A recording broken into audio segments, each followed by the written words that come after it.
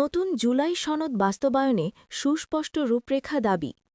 জুলাই সনদ বাস্তবায়নে সরকারের ভূমিকা স্পষ্ট করা এবং এটি বাস্তবায়নের রূপরেখা দ্রুত জাতির সামনে তুলে ধরার আহ্বান জানিয়েছে নাগরিক প্ল্যাটফর্ম ভয়েস ফর রিফর্ম।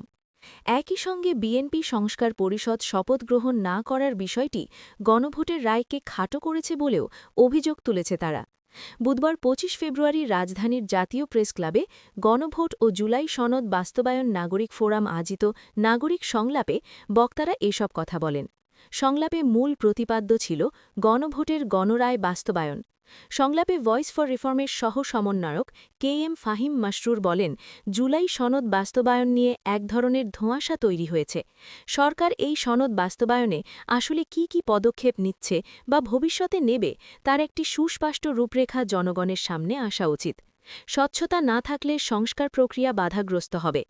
প্ল্যাটফর্মটির সদস্য সৈয়দ হাসিব উদ্দিন হুসেন বলেন, বিএনপি সংস্কার পরিষদ শপথ গ্রহণ না করার মাধ্যমে বিএনপি মূলত গণভোটের রায়কে অবজ্ঞা করেছে।